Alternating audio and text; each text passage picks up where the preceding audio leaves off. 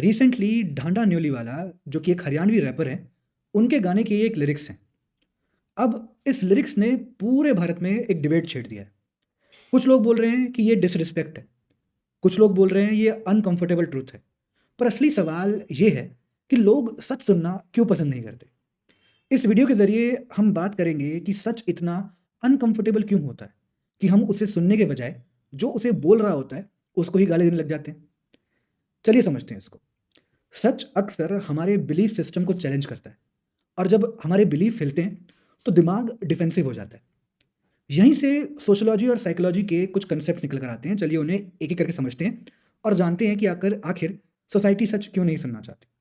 सबसे पहले आती है थ्योरी लियोन फेस्टिंगर की, कॉग्निटिव डिसोनेंस। वो इसमें कहते हैं कि जब हमारी सोच और सच में टकराव होता है, तो हम सच बदलने के बजाय अपनी सोच को बचाते हैं।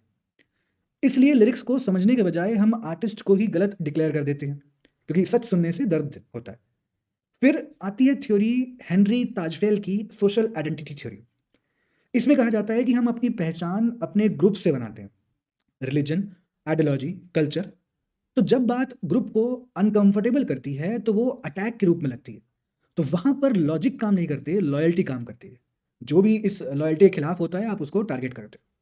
तीसरी थ्योरी आती है स्टैनली कोहेन की, मॉरल पैनिक थ्योरी। जब सोसाइटी किसी स्टेटमेंट को एक वैल्यू के खतरे के रूप में देखती है, तो रिएक्शन जो है वो बहुत ही बढ़ चढ़ कर आता है, एक्सैजरेटेड रिएक्शन आता है। लिरिक्स जो है वो एक समाज का मिरर है, पर हम उस मिरर को ही तोड़ने में लग जाते हैं। चौथी थ्योरी आती है एंटोनियो ग्राम्स्की की, हेजेमनी थ्योरी, जिसमें कहा जाता है कि पावर सिर्फ फोर्स से नहीं आती, आइडियाज को कंट्रोल करके भी चलाई जाती है।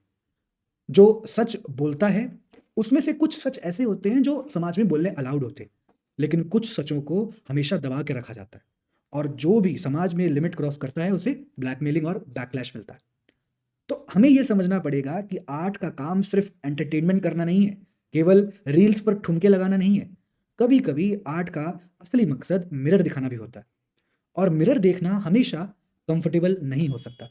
तो अब सवाल ये नहीं है कि लिरिक्स गलत है या सही, सवाल ये है कि क्या हम सच सुनने के लिए तैयार हैं, या फिर सिर्फ सुनना चाहते हैं जो हमें अच्छा लगता है। आप कमेंट करके बताइए कि आप क्या समझते हैं।